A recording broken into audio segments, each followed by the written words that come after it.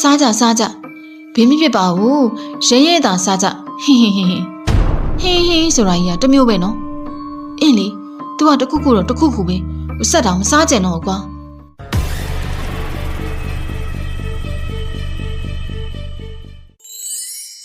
နွေရာသီကြောင်မရဲ့ကြီးတယ်ချက်ကြီးကမနဲ့စော်စော်ကလေးတွေကိုသူ့အိမ်ကိုခေါ်လိုက်တာဆိုတော့ဖိုးတူတို့အဖွဲ့လေကိုချက်ကြီးအိမ်မှာရောက်နေကြတယ်ကိုချက်ကြီးကတို့ကိုခေါ်ပြီးဘယ်ရောက်နေရလဲမသိဘူးနော်မုတ်တွေကြတော့ချပေးပြီးတော့အေးလေဘယ်ရောက်နေလဲမသိဘူးချက်ကြီးကခဏနေမှအိမ်သားကနေအပြေးလျှောက်လာလိုက်တယ်ချက်ကြီးကသူတို့ဘေးကိုဝင်ထိုင်လိုက်တယ်ဘာပြောစရာရှိလို့လဲပြောတော့လေကိုချက်ကြီးတမီးကိုလည်းမအားရကြရလာရတာဆိုတော့လေမလီသူ့ကိုယ်သူလုပ်ငန်းရှင်ကြီးပေါ့အဖိုးရီတာကပြောတာအေးပါမိဝိုင်းရင်ပြောပါမယ်ဒီလိုဟာငါအဖွားရင်ကရွာနဲ့တော်တော်ဝေးတဲ့နေရာမှာရှိတယ်အဲ့ဒီကိုသွားမလို့မင်းတို့ကပါခေါ်ခြင်းလို့အဲ့ဒီမှာ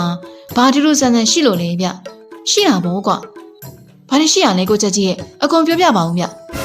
အိမ်ကရှေးအောင်အိမ်ကြီးကွာရှေးအောင်ပစ္စည်းတပုံကြီးပဲရှေးအောင်ပစ္စည်းတွေဆိုရင်စိတ်ဝင်စားတယ်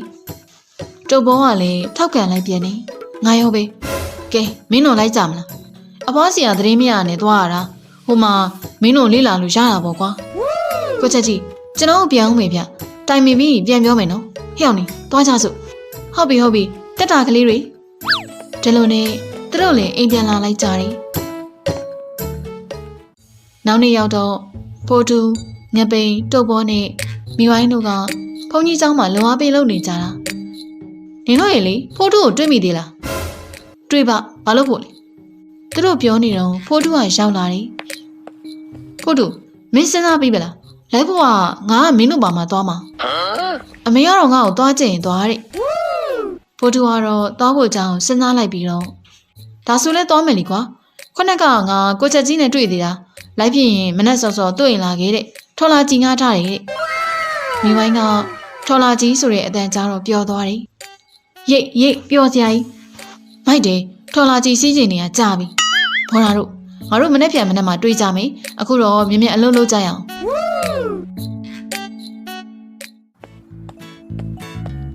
မနဲ့မွန်လင်းတော့လူစုလိုက်ကြပြီးချက်ကြီးစီကိုရောက်လာခဲ့ကြတယ်ခဏကြာ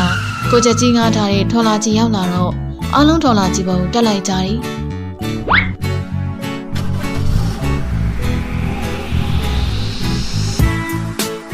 မင်းတို့ရောတိမှာမဟုတ်ဘူးအခုဒိုးသွားနေရင်လည်းဖုတ်မိကြီးတုပ်ဘောကမျက်နှာကြီးမဲ့သွားတယ်ဟာစောင့်လာပြန်ပြီကိုချက်ကြီးကလည်းကြောက်ပါလေဆိုဆက်ပြောပါအောင်မြကိုချက်ကြီးကသူတို့တွေကတကတလေသွားနေလာနေတဲ့သူတွေကိုလမ်းကြုံလိုက်ကြံလို့ဘာညာနဲ့ပြောလိုက်လာတာပြီးတော့ဒီလိုဆိုတဲ့နေရာအမိုက်တစ်ခုတောင်ကိုယ့်စီကိုပါမလာစီနဲ့ဘာလို့လဲကိုချက်ကြီးရဲ့သူတို့ကလိုက်လာတတ်တယ်ဆိုပြီးလူကြီးတွေပြောဘူးလားကြားဘူးလေအခုရောအဲ့လိုတွေရှိသေးလားဗျကိုချက်ကြီးမပြောတတ်ပါဘူးကွာရှိရင်လည်းရှိတော့တာပဲတော်ဘောကလောက်ချင်လို့မရှိပါစေနဲ့ဗျာမရှိပါစေနဲ့အဲ့လိုပြောတဲ့လူပိုချောက်တာတဲ့ဟဲ့အောင်လာမစားနဲ့ကွာကြောက်လေကြောက်ဘိုက်ကလည်းစားရတယ်တဲ့ဒါလိုနဲ့ပဲသူတို့တွေကတော်ကီပွားလိုက်လာပြီးထော်လာကြီးလဲမောင်းလာလိုက်တာကိုချက်ကြီးရဲ့အဖွားရင်ကိုရောက်လာလိုက်ကြတာကိုချက်ကြီးအဖွားကိုခေါ်လိုက်လीဗျာအဖွားကစုံသွားပြီကွာကဲလာကြကလေးတွေဝင်ကြရင်တတိထားမေပုံမေကြောက်စရာအငွေ့သက်တွေရနေတယ်ဟုတ်တယ်ငါလေးရနေတယ်နာနာဘောင်တွေရှိနိုင်နေကွာတဘောကတော့ကြောက်နေပြီမေဖိုးတူတို့ဝင်သွားတော့ကြောက်နေပဲဝင်လိုက်တာ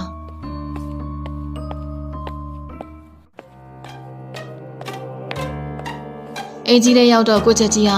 ကလတ်တိုင်းတစ်လုံးမှထိုင်လိုက်ပြီးမိဝိုင်းတို့ကတော့အင်ကြီးလေးကပင့်ကိုမြင်နေတဲ့ဖုန်တက်နေတဲ့ပရိဘောဂတွေကိုလိုက်ကြည့်နေလိုက်ကြတာကလေးတွေငါတို့အိမ်မက်ခန်းနေတက်မှတ်ကြမယ်ဖိုးတူမိဝိုင်းနဲ့ငပိန်ကတကန်းအိမ်လိုက်သမီးကတကန်းအိမ်လိုက်မယ်လေအခန်းကနှကန်းမဲ့ရှိတာမိဝိုင်းတို့နေရမယ့်အခန်းထဲမှာကနေနှလုံးရှိတယ်ဒါဆိုကျွန်တော်ကရောဘာမှအိပ်ရမှာလဲဗျတော်ဘောကကိုချက်ကြီးနဲ့အိပ်ရမှာတော်ဘောကအဲ့ဒီကမှမျက်နှာလန်းသွားတယ်အခုတော့ငါချက်ခင်စားချိန်နေရတော်ဘောမင်းလည်းပိုက်စာနေရမလားမိဝိုင်းတို့လည်းကိုချက်ကြီးထိုးချနေအောင်သတိထားမိလိုက်ကြတာဖိုးတူက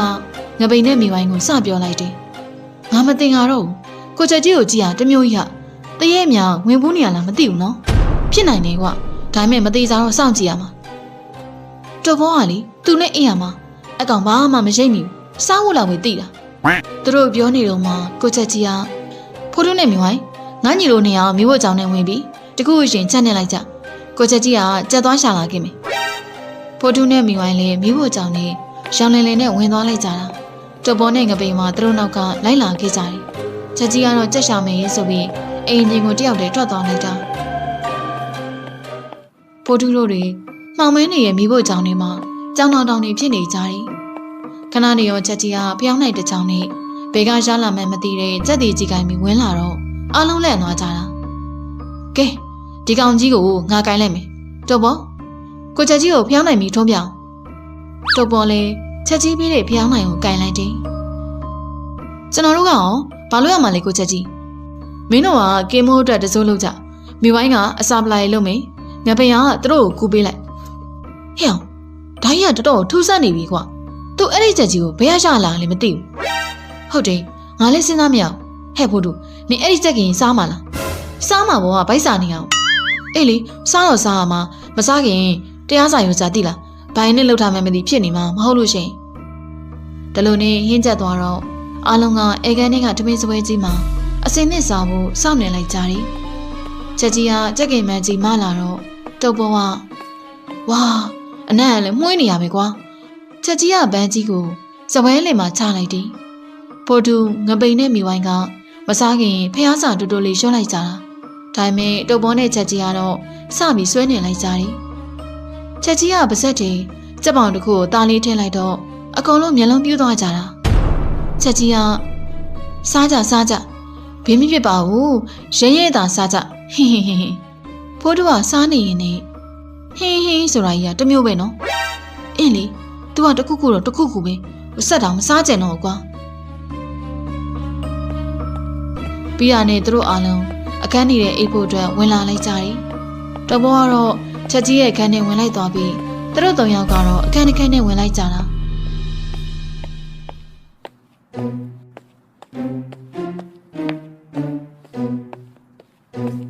မိဝိုင်းကဂရင်တလုံးမုံတက်ထိုင်လိုက်တယ်ငါတော့လေကိုချက်ကြီးကိုကြောက်နေတာဟာနင်တို့ရောငါရောပဲတုပ်ဘောအောင်နဲ့စိတ်ပူတယ်ဒီကောင်ကတရေကြောက်တတ်တဲ့ကောင်ကိုချက်ကြီးကတရေပူးနေတယ်လို့ကြီးဖြစ်နေတာဟုတ်တယ်ကွဒီကောင်ဘာမှမသိလို့နေရတာသိရင်နေမှာမဟုတ်ဘူးအဲ့ဒါငါတို့ဘယ်လိုလုပ်ကြမလဲတုပ်ဘောကိုကဲရမယ်လေမဟုတ်ဘူးလားငါတို့တွေသူတို့ခံကိုသွားချောင်းရအောင်တခုခုဖြစ်လာရင်ကဲလို့ရတာပေါ့အဲ့ဒီကြံမစိုးသဘောတူတယ်ဟုတ်တယ်ဒါမှတုပ်ဘောကိုညင်လို့တော့ငါတို့စင်နေရှိနေမှာတငယ်ချင်းတုပ်ဘောလေးဘာမှစိတ်ပူနေဟိတို့လာပြီ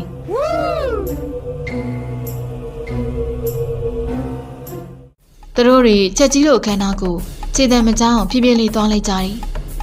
ပြီးတော့အခန်းပြင်ကနေအတင်းအတန်ကိုနားထောင်နေလိုက်ကြတယ်ကိုချက်ကြီးကကြက်ကင်နဲ့စားရတာမဝတာကိုပြောနေတာငါကွာအဲ့ဒါမဝဘူးကွာတုပ်ဘောငါမှမစားရမတော့ရတော်တော်ကြာပြီတုပ်ဘောကအိတ်နေကချက်ကြီးရဲ့မျက်နှာကိုလှမ်းကြည့်လိုက်တော့မျက်နှာကနီးရပြီးမျက်လုံးတွေကနှက်ရောင်ဖြစ်နေအောင်တွေးလိုက်ရတာ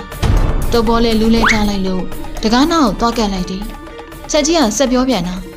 ပြီးတော့ကွာအခုကမဲသားစားကြင်တာအမဲသားတပိတ်သားလောက်ကတော့နန်ကြတာညှက်မှာမဟုတ်ဘူးမင်းရောအမဲသားကြိုက်လားတုပ်ဘောကငိုတန်ကြီးနေ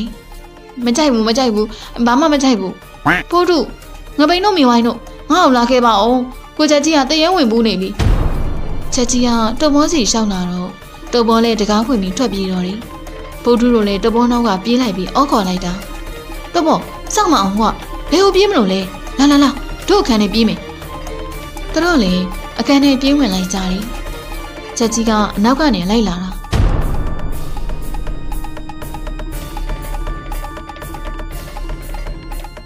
ချက်ကြီးကအတန်ကျင်းနဲ့អော်လိုက်တယ်အာတေးပါပြီဖိုးထုကဘာ